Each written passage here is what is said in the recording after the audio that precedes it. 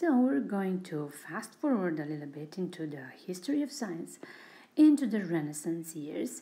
It's not much really happened, especially in terms of the basic understanding of how the universe worked, since Ptolemy worked out his Almagest, the quite complicated circle upon circle model. So we're now in the 16th century, and when actually based on some new observations in calculations, they're still with the naked eye, Copernicus revived the heliocentric, right, the sun-centered model, and he proposed it again, publishing a new treaty, now based on quite a few more observations that have been accumulated in the books in the meantime. As we discussed before, Copernicus was not the first to consider that the sun was at the center of our little known by then universe, which was merely the solar system. The Greeks considered this idea that the sun was at the center of everything and that all the planets orbited around it, with the only exception being the moon orbiting the earth, right? But they dismissed this model, and it was basically mainly due to the lack of observing the stellar parallax. All right, so the model was actually pretty good, and the most important thing was that this model was a lot simpler than the Ptolemaic model, right? So this heliocentric model, very simple. He was able to explain and most importantly predicted just as well as the Ptolemaic model all of the motions, positions of the planets in the sky, everything that we could have observed we still can observe with the naked eye. And the key word here is just as well. So no more accurate than a Ptolemaic model, unfortunately. All right, so now more than ever before, it was very difficult to distinguish between the two models, the helio versus the geocentric model. And as we will see, that's mainly because both of these models, and especially the heliocentric, the Copernican model now, still use the perfect circle. So sun-centered model, also referred to Copernican model. So enter Brahe in the world, a charismatic gentleman, a Dutch no less, friend with the king, and therefore with enough influence and funds to pursue the passion of his life, which was to get to the bottom of all these and figure out which one is which at the center of our universe. How is it that our universe looks like? So he tried harder than anybody else before him, and he observed the night sky with the most care and accuracy, and therefore recorded the most accurate naked eye measurements ever made of planetary positions. So while he did discover a few comets and a nova and supernova, which were things that were bright and therefore visible at some point, and that would get brighter and then fainter again, and then they disappear. We'll talk about these things later on in a course when we talk about stars and what they do, especially when they die. But he would still not measure any stellar parallax because, right, as I told you before, the stars really are so far away that the shifts for even the closest stars are only less than 1 arc second, right? So all those parallax are less than 1 arc second, which is not observable.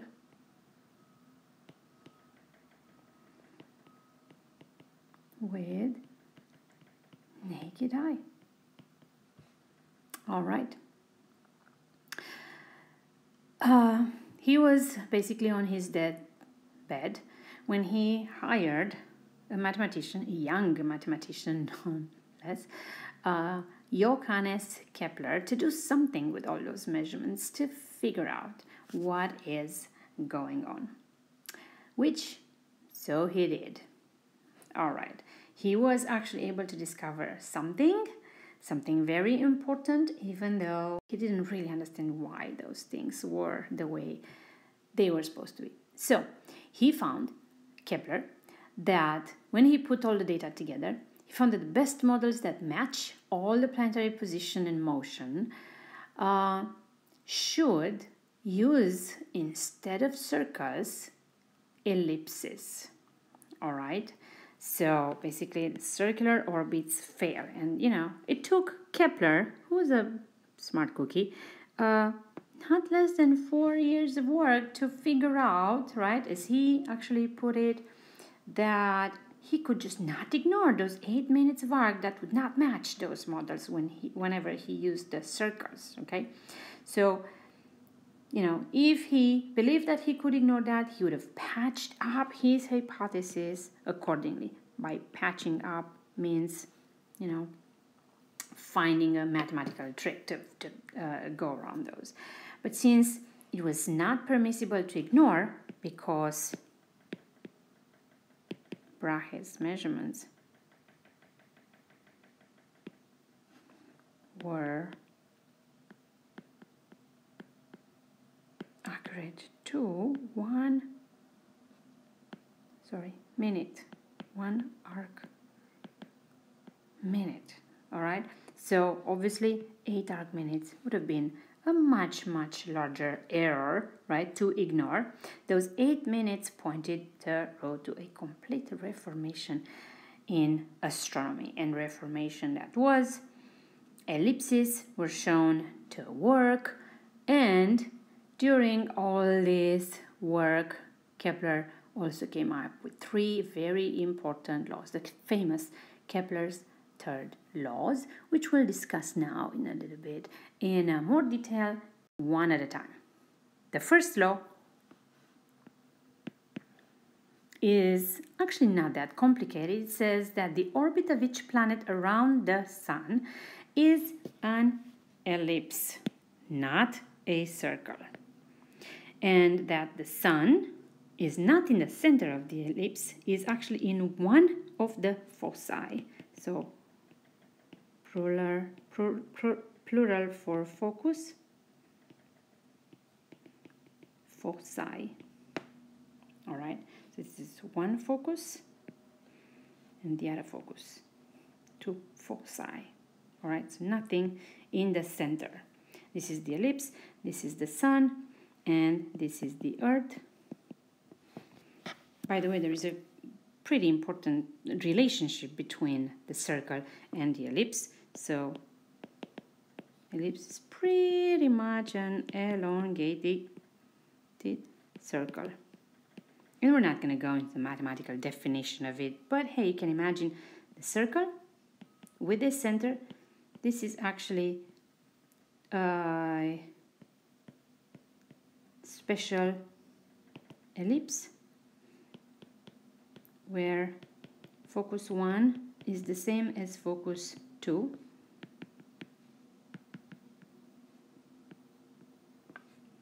It's the center of the circle.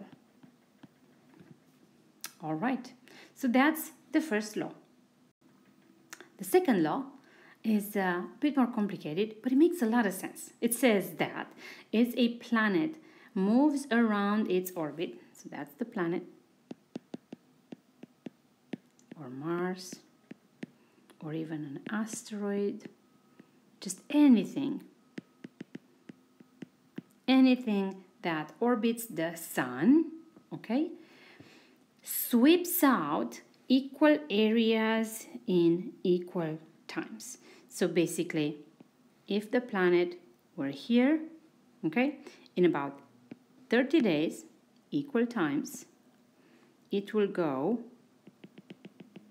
most likely this much, right? And the area swept by this line that connects the planet with the Sun sweeps this area, which is going to be equal to this area and to this area, which were swept in the same amount of time of 30 days. So from here to here, 30 days.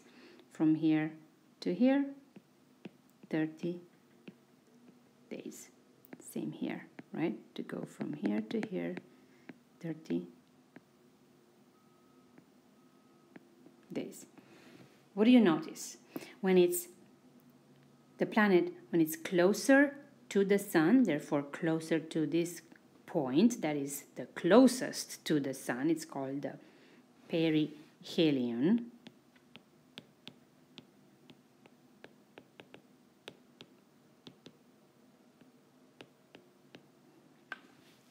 The planet goes faster, it goes a longer arc, right? Longer arc length. Then, especially when it's at the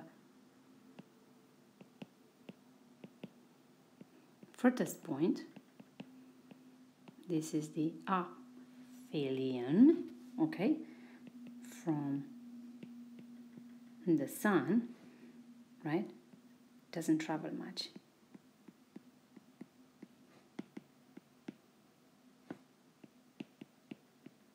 A long distance. And therefore the area that is swept in this situation, right, this area, it is long but narrow, okay, while this area, when it's closest and it's moving faster, that is short but wide. Make sense? The conclusion is that a planet travels faster when it's nearer to the sun and slower when it's further from the sun. So that is the second law. Kepler didn't know why that happened. We're going to talk about that in the next chapter, but still it is a very, very important finding. And then it is Kepler's third law. And that said that the square of the orbital period, when it's measured in years, always equals the cube of the average distance from the sun to that planet. So that applies for all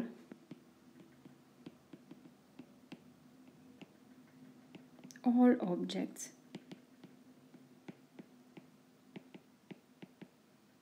orbiting the sun. All of them, right? Whether you talk about Mars or Venus or an asteroid or a comet, just anything.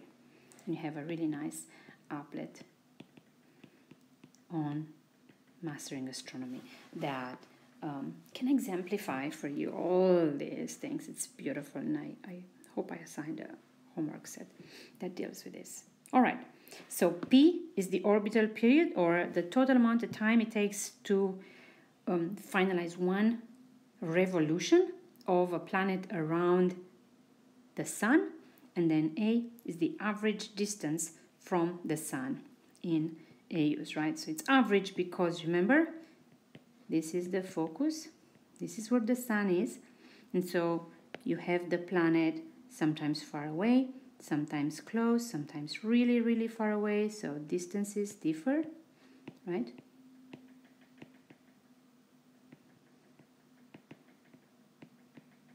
Because this, again, is not a circle, but if you take the average distance from the sun and you cube it, so actually let's write this again. It's P squared, that equals A cubed, right? This is cubed. And this squared. And this is pretty amazing. He was able to find that for the planets orbiting the sun, and as I said, actually all objects that are orbiting the sun, their periods, the time it takes for the whole period, and the average distance, they all obey this relationship. Let's look at some applications, actually. Here we have a problem. It could be, well, one of the homework problems or maybe one of the exam problems. So we have an asteroid that's orbiting the Sun at an average distance A equals 4 AUs. How long does it take to orbit the Sun? How long, that is, what's the time, right? Okay. Any hint as to how to proceed? How about Kepler's third law that said a cubed is p squared, or p squared is a cubed? Oh, we are given that a, right? So that's 4. So 4 cubed, that's going to be 4 cubed, okay? And it's in the right units, which is AUs, astronomical units. That's going to be p squared. What is 4 cubed? So 4 times 4 is 16. Times 4, I think this is 64. That is p squared. Okay, well, I think we can all solve that. P in years, because that's what Kepler's third law says, right? So this is in years and this is in astronomical units. It's going to be square root of 64 or 8 years. So therefore we found the correct answers. All we had to do was remind ourselves about Kepler's third law and apply it. Third. Here's another question, obviously about one of the Kepler's laws, and in particular Kepler's third law that says, again, let's write this again, p squared equals a to the third. How does a planet's mass affect its orbit around the Sun? So we have the options. A more massive planet must have a larger semi-major axis, or a more massive planet orbits the Sun at higher average speed, or more massive planets must have more circular orbits, or a planet's mass has no effect on its orbit around the Sun. Which one do you think it is? I think the key to this answer comes from this. This is according to Kepler's third law. Now, Kepler's third law is a relationship between the semi-major length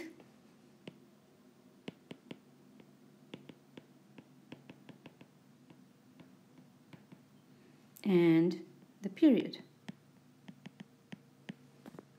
I don't see any mass here. No mass in this formula. That made it simple, okay? A planet's mass has no effect on its orbit around the Sun, which I think is pretty powerful, right? So mass of Jupiter is about 100 times, if not more, the mass of the Earth. A lot more, I don't know, I don't remember. Greater than 100 times the mass of the Earth, okay? And then there are asteroids that are much smaller in mass than the Earth itself. So there are all kinds of things that orbit the Sun, right? So we have orbits, and it's not how large or small these things are. It's not.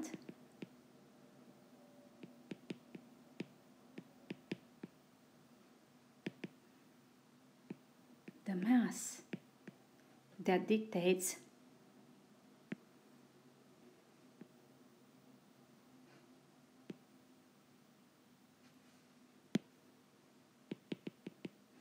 where they are in the orbit. That's pretty neat, isn't it? Here's another question. We have a set of true statements here. Now the question is, which one of these statements follows directly from Kepler's third law? Again, let's rewrite this. P squared is a cubed. Okay. A, Venus orbits the Sun at a slower average speed than Mercury. Could be Could be not. Let's read the next one. Venus is more massive than Mercury. Oh, I already know that the mass, right, doesn't have anything to do with Kepler's third law. Therefore, it's not going to be a statement that directly follows from Kepler's third law. Yes, that is a true measurement, a true fact that comes from measurements, the masses of those planets, but hey, they have nothing to do with Kepler's third law. How about Venus has a thicker atmosphere than Mercury? Well,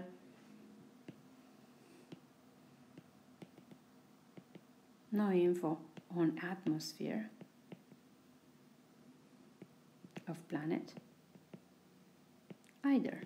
So, no. How about Venus takes longer to rotate than it does to orbit the Sun? Okay, so Kepler's third law has something to do with the orbit around the Sun, but it doesn't have anything to do with the rotation around its axis, right? Rotate or spin around its axis. So, again, nothing about it in Kepler's third law. So, not this one either.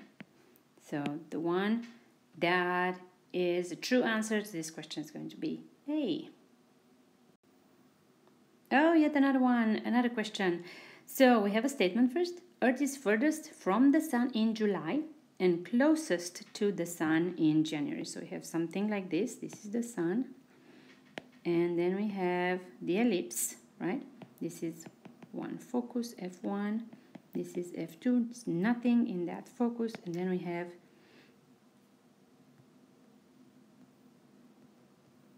the planet, Earth. This would be the closest, right? So that's going to be in January. And here would be in July. All right. So during which northern hemisphere season is Earth moving fastest in its orbit? This is winter. This is summer in northern hemisphere. Okay. All right. So we identified where is winter and where is summer. So in which ones of those times is the planet Earth moving faster? Remember, it's going much faster. Faster when closest to the Sun. And this is Kepler second law. So faster, that means it's going to be winter. So we got our winner. Yay!